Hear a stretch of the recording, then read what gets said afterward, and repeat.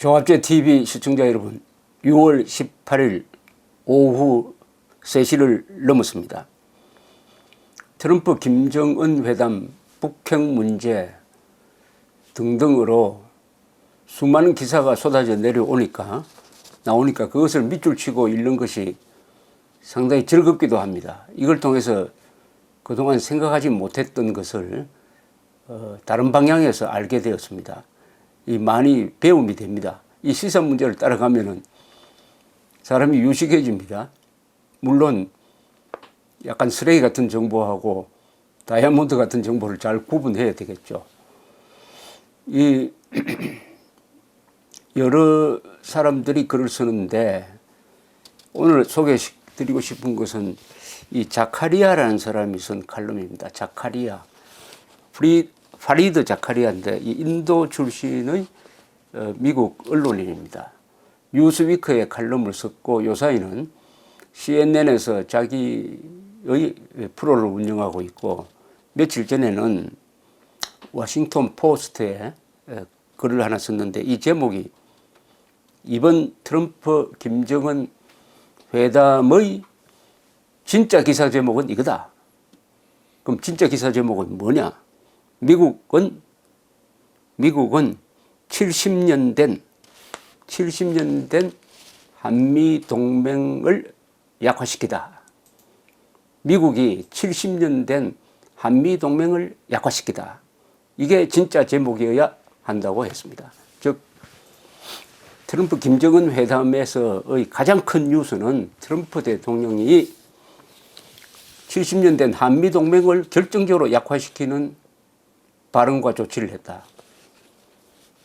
그것은 여러분들 잘 아시다시피 김정은에게 한미 군사훈련을 중단시키겠다. 그 훈련은 돈이 많이 든다. 그리고 북한에 대해서 도발적이다. 중단시키겠다. 그리고 계속 나오는 이야기가 돈을 아끼기 위해서 주한미군 철수하고 싶다. 지금은 그 이야기 하지 않지만은 나는 철수하고 싶다. 이런 이야기를 한 것이 이것이 이번에 이루어진 핵 관련 애매모호한 핵 합의보다도 더 큰 뉴스다. 이게 진짜 뉴스다. 이렇게 이야기를 했습니다. 이런 이야기는 이분만 하는 게 아니고 다른 대북 전문가도 거의 똑같은 이야기를 한 게 있습니다. 한 번 전에 소개해 드렸습니다만은 이분은 황이란 분인데 미국 국무부에서 일했던 분이에요. 이번 트럼프 김정은 회담에서 세계적 뉴스가 하나 나왔다. 그게 한미 동맹 해체 문제, 주한미군 문제다. 이 문제는 동북아시아를 넘어서 세계 질서에 영향을 줄 만한 엄청난 파장을 몰고 올 것이다. 이렇게 전망을 했는데 이 자카리아하고 똑같은 이야기입니다. 여러분들은 이 한미동맹을 남북한 사이에서만 보지만은 사실은 이 한미동맹은 세계 질서의 핵심과 관계되는 것입니다.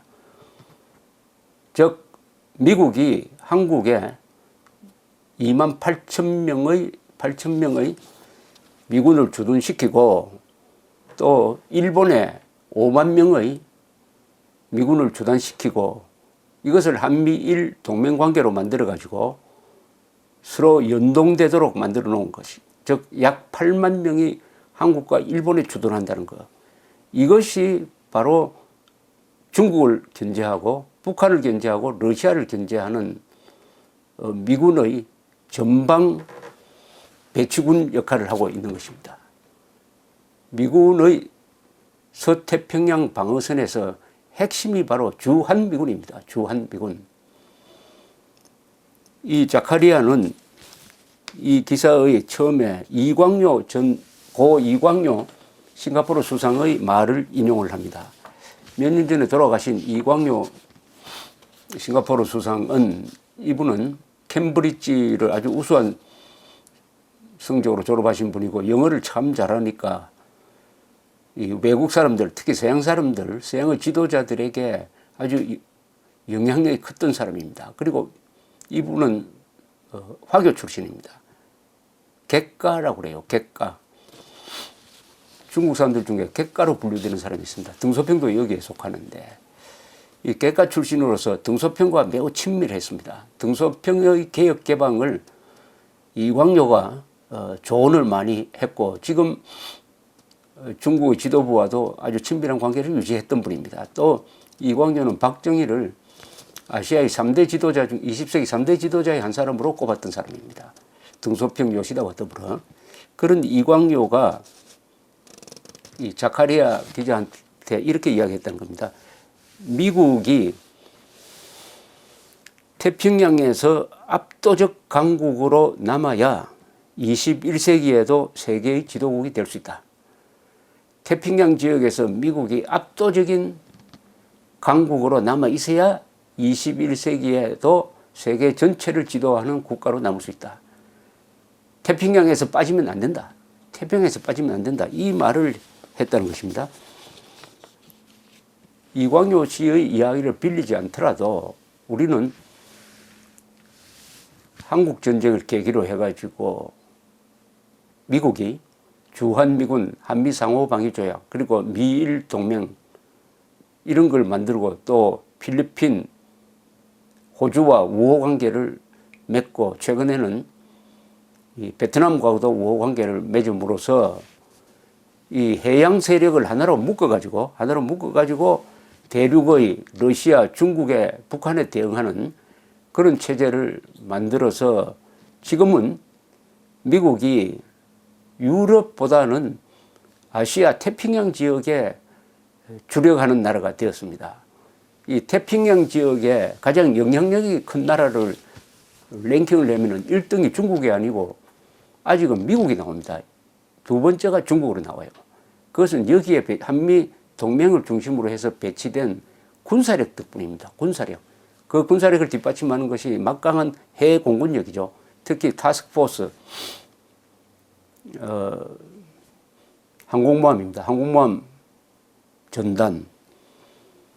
그럼으로써 아시아의 여러 나라가 도움을 받고 있습니다. 가장 큰 도움은 석유 항로를 안전하게 확보하는 것입니다.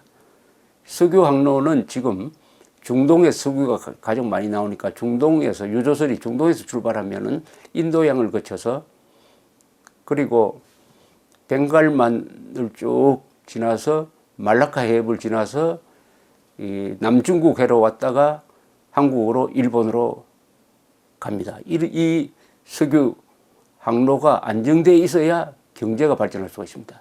여기에 분쟁이 일어나면은 석유 공급이 원활하게 되지 않으니까 큰일 납니다. 그 역할을 해주는 것이 미국의 함대입니다. 바로 여기에 지금 중국이 계속 도전을 하고 있습니다. 그래서 석유 항로를 안전하게 확보하느냐의 여부는 미국에 달려 있습니다. 등등. 그런데 이번에 트럼프가 한 행동은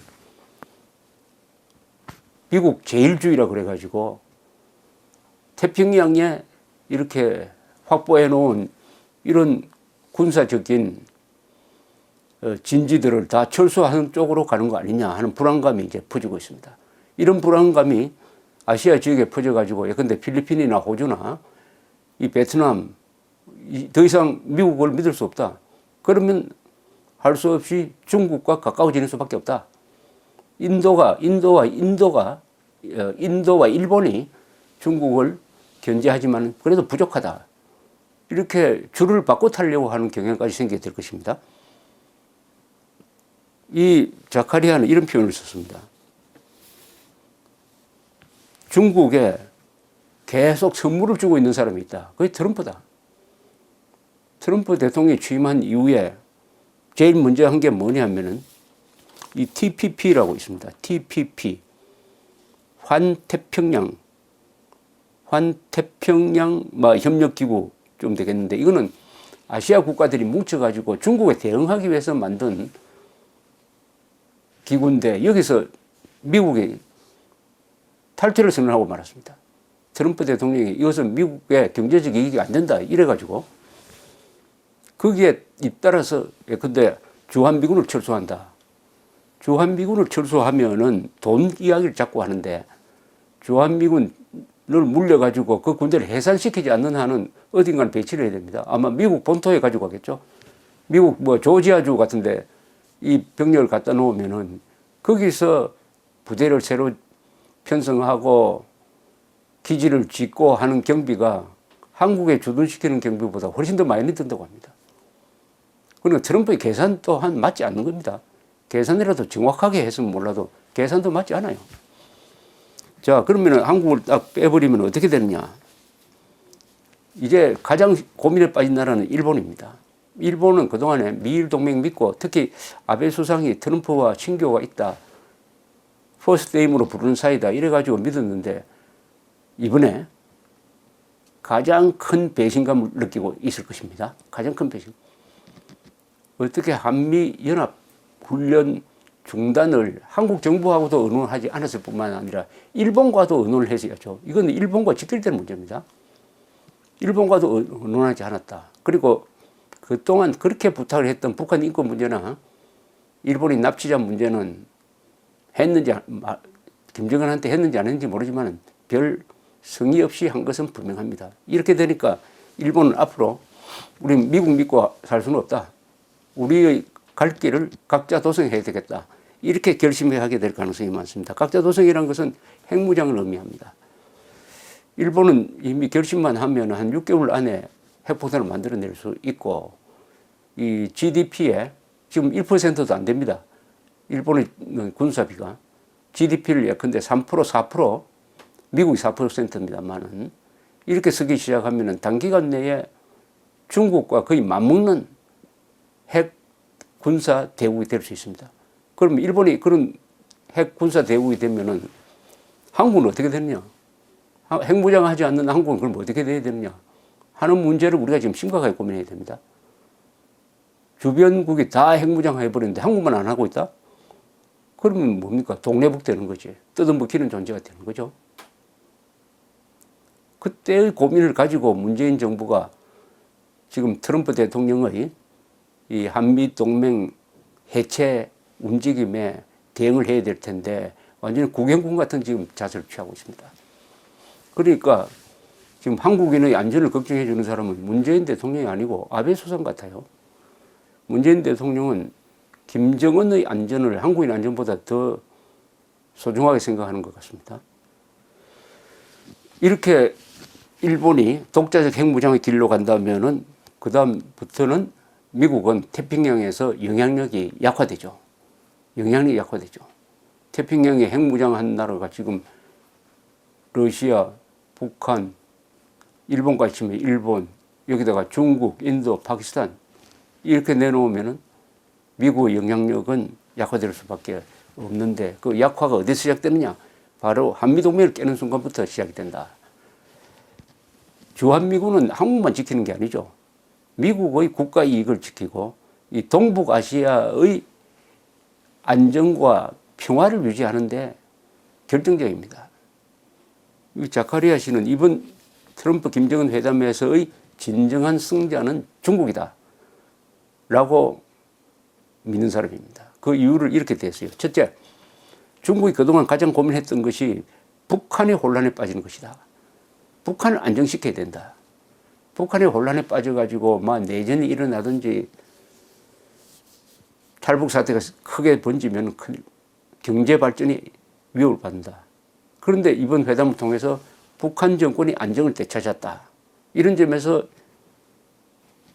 중국이 가장 덕을 많이 봤다. 두 번째는 한미동맹을 약화시키는 트럼프의 여러 행동, 또 그것을 요구하는 김정은의 강경 드라이브, 그것을 뒷받침한 중국, 이게 탁탁 맞아 떨어져가지고 이제 한반도에서 주한미군이 빠지고 핵우산 철거되고 한미동맹이 실질적으로 무력화되는 방향으로 가고 있다 하는 흐름을 확인했기 때문에 이것 또한 중국이 승자라는 것을 뒷받침해 준다.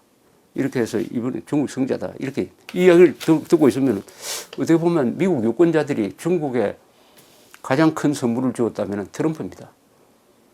트럼프가 미국이 중국에 준 선물처럼 됐습니다. 트럼프가 하고 있는 행동 거의 대부분이 중국에 유리한 행동을 하고 있습니다.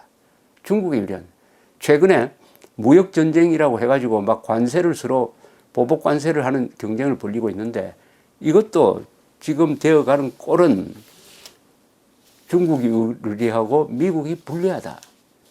더구나 트럼프 대통령이 자유진영의 가장 중요한 동맹체인 나토를 약화시키고 G7에 들어가 있는 나라가 다 반독재, 반공산 자유진영입니다.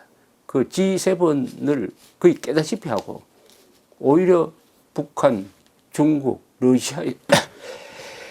러시아에 기우는 쪽으로 가고 있다. 이광용의 말을 다시 확인한다면 태평양 지역에서 미국이 지도력을 잃는 순간 세계적 리더십도 상실하게 될 것이다. 이렇게 보여집니다. 트럼프 김정은 회담의 가장 중요한 포인트는 한미 동맹을 약화시키는 모습을 트럼프가 보였던 점, 이 점입니다. 감사합니다.